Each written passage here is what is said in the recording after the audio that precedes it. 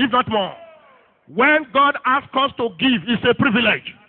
If God called you into ministry, it's a privilege. They say, I'm already happy. God, you want to go and suffer me? No, you might suffer for a while. Don't forget 1 Peter chapter 5 verse 10. You might suffer for a while. But if you go there with integrity, with honesty, totally giving yourself, doing it as He instructed you, you will appear on the top. Say, I hear it. God does not call anybody to punish him. He can only call you to lift you. When He said to Abraham, I will show you one of the mountains where you will give an offering to me using your... He was not going to deny him of the son. He was going to test his faith. May you pass the test of God. And some of you, as I'm talking now, you know the areas where you are failing God. You know the areas where you have failed God. You know what God has requested we should do. Sometimes God might just put in your heart to fast for 3 days. Say, you want to kill person? 3 days. If you don't eat for 3 days, you won't die. They just pulled out a little girl from the rubbles of Haiti after 20-something days. He didn't die. They pulled out a man after 14 days. So if somebody does not eat for 14 days, he cannot die. And the devil make you look like if you don't eat for 3 days, you will die. Now lie. If God asks you to sacrifice your food, sacrifice your pleasure, sacrifice your house, sacrifice whatever sacrifice God is calling for, do it with joy. It is to pave way for your rising. Say, I receive it. Say, I receive it. It was a divine encounter. Isaac also had divine encounter with God.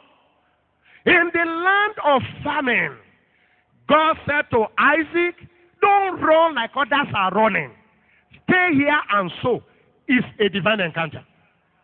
A divine encounter turned Isaac, who wanted to run away, to Isaac, who became enviable. The people envied him. When God gives you an encounter, it makes you enviable. Those who used to look down on you will now see reason to look up to you. That is what divine encounter brings. Isaac wanted to run. Please don't run like they run. Don't base your decisions on the decision of others. Others are not you. You are not others. Every one of us that will go far with God must find out from time to time what exactly God wants us to do. Are you hearing me? We can learn from each other, one another. We can be challenged by one another. But you must not pattern your life after the leading God is giving to somebody else. You have no duplicate. And God does not just deal with us generally. He deals with us as individuals. That's why you cannot compare yourself with others. God might rebuke you on a thing He did not rebuke others for. Oh, I don't know how many of you understand what I'm talking about.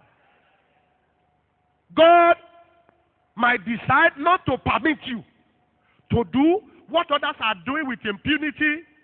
Same people in the same church, fellow ministers, fellow Christians, and you are saying to God, every time, but they are doing it. He said, you are not they are not you. My plan and my program for you is different. And because my plan and my program for you are different, I am taking you through a different route. He says, and it came to pass, when the Lord delivered the children of Israel from the land of Egypt, He did not take them through the land of the Philistines. Although that way was near, God might not necessarily take you through the shortcuts. God might decide to turn you round and round and round and round. He may lead you round, but He will lead you right. If it is God, it might take time, but it will come out well. How many of you know what I'm talking about? So in case you are wondering, why is my case like this? Stop comparing yourself with others. He says comparing themselves with themselves, they are fools, they are not wise. God says He will do it. But He didn't say He will do it like He did that of your neighbor. All my mates are married, but don't go. Have you found out what they are finding inside that marriage? Inside that box. Only themselves know. All my mates are gone abroad. Do you know what they are fighting abroad? Some people are from abroad this morning. Ask them if they will tell you. All my people have made it. They are already there. And so you are killing yourself, compromising your faith? No, sir. God has a definite plan for your life. How many of you know God has plans for your life? Are you hearing me? That you were born by the same parent does not mean you will live the same pattern of life. That you attended the same school, read the same course, graduated the same time, does not mean your pattern of life will be the same. Please know that you are unique. Whatever you are passing through, God, if you can trust me with this, I thank you for it. That is how a child of God should live. Every day crying. I didn't know who I offended. You didn't offend anybody.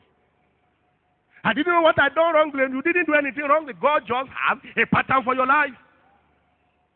Isaac wanted to go down like other people. You won't go down. And God said, no.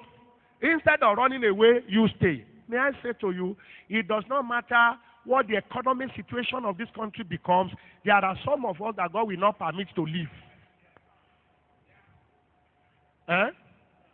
God will say, stay here. How many of you are already hearing that God is saying, stay here? It is not your own to go and stay here. There are some of you that God will say, go there. You know, He has different plans for each of us. So I leave you with this morning. Find out God's own plan for yourself. Stop peeping at other people's plan to run your life. Stop peeping at other people's plan to run your life. Isaac wanted to go down like others. God, if Isaac had gone down like others, all those beautiful things you read about him, you wouldn't have had it. Do you know one of the things God did? God gave Isaac the technology of irrigation. The technology, look, God has many, many ideas. And all you need to make a difference in life is a release of one idea from heaven. All that are to be discovered has not yet been discovered. Thank God for discoveries. Thank God for breakthrough. But there are still so many breakthroughs. And one of them belongs to you.